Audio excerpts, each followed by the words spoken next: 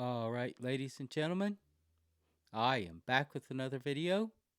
I want to continue my little series I've been doing. And today, we're going to get to part of that pointed stick, the sharp tip of the spear, so to speak. So, let's get into this. This is from City Journal. It's a great article. I put the links to every article in the video below, so you'll be able to go and look for it yourself or read it yourself. I want to show you some stats. They're talking about this group of 7 kids that beat a 73-year-old man named James Lambert Jr. to death last June. But they don't just talk about his death. As you can see, the name of this is Where Are the Parents? And that is exactly the little tirade I've been on, and I'm going to stay on for at least a couple more videos or so. So let's take a look, because there's a very, very important part of what they talk about in this article that I want to share with you. I want you to see it. Let's take a look. Give me just a moment. I need to scroll down and get to it, and then we'll review it. All right, so here we are. Pennsylvania, like many states nationwide, is experiencing a youth crime crisis. Well, that's no surprise. But here's the thing. Data from the state's Judicial Court Judges Commission suggests that a major factor in crime among youth is family structure. More than 80%, more than 80% of every juvenile court disposition in 2021 involved a young person who lives in a broken home without 2 married parents. Nearly 48% live with a single mother, while catch this, a mere 15.5% live with both parents.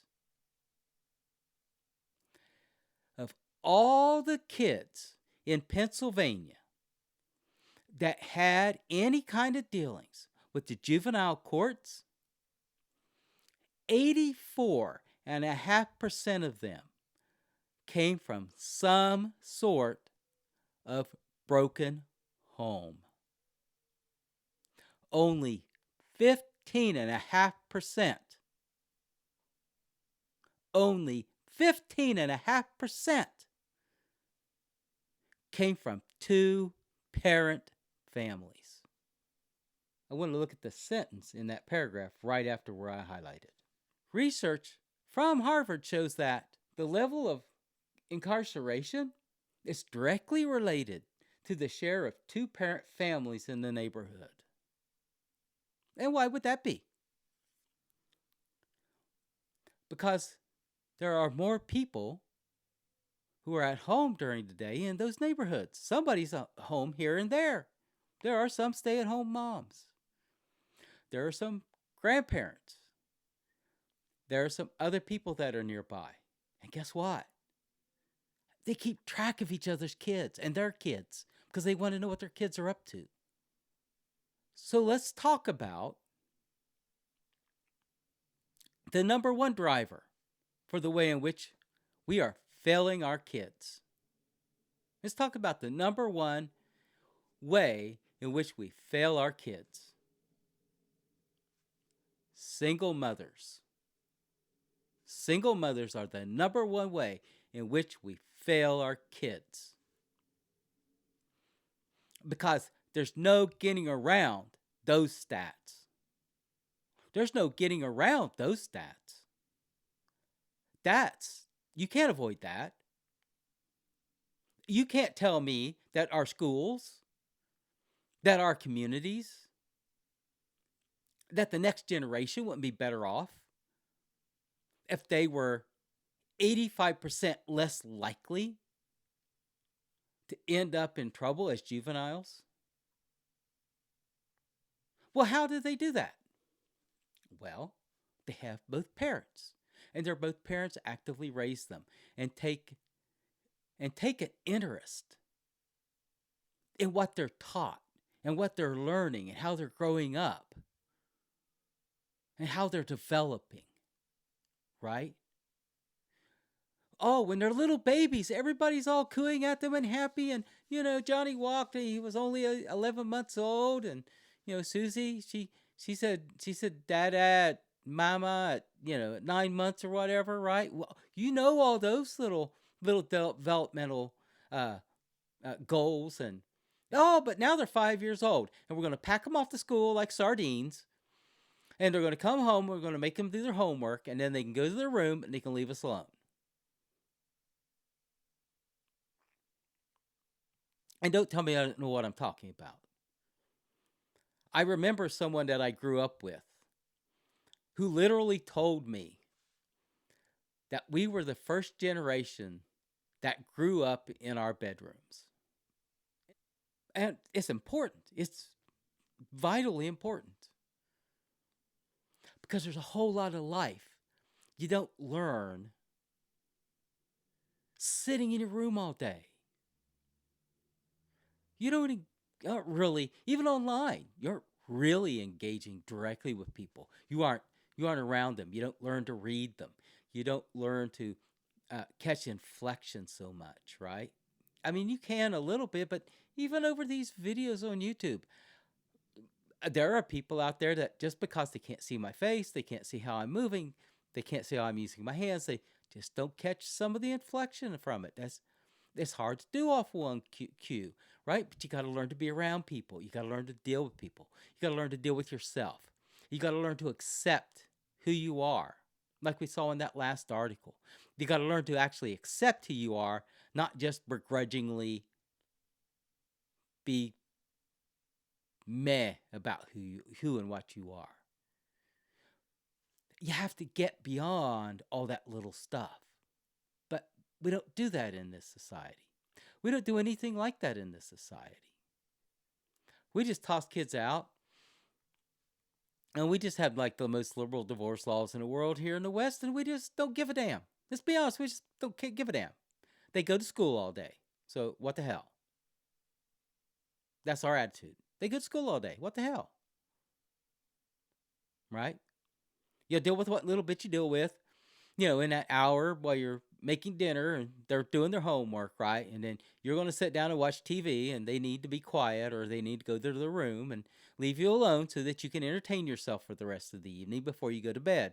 So you can get up in the morning and go to work because you're a single mom and you can't do anything else. And this is just how you guys are going to make it. And, even if you are married, you're just running for the bag and not actually living a life. And it doesn't have to be perfect, but it has to be enough to give these kids a solid grounding for their adult lives. We're just going to have to break down and find a way to do this, ladies and gentlemen. There's no way around it. And a single mom can't do it. A single mom can't do all this.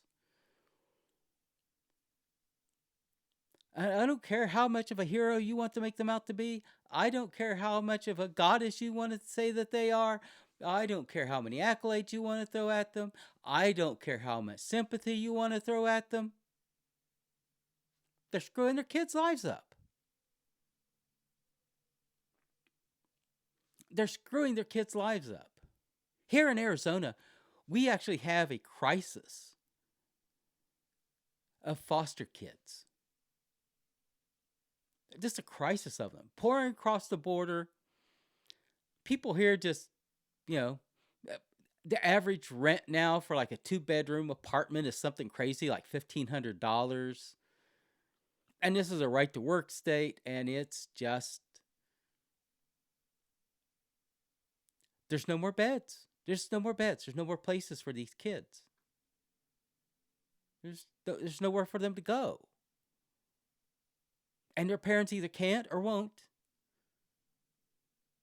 or do a really crappy job of taking care of them. And that's how you lose. That's how your kids lose. Your kids lose because once they start to walk and talk, and you actually have to put some energy into something other than like kissing their feet, their little teeny tiny feet anymore, you're not interested.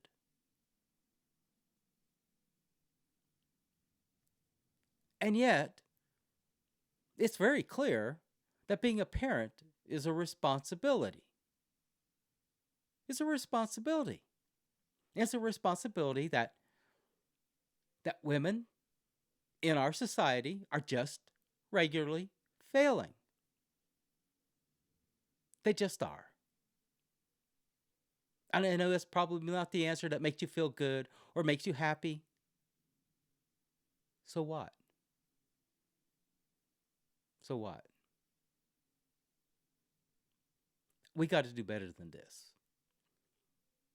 We got to be more realistic than this. We've got to be more honest and open than this.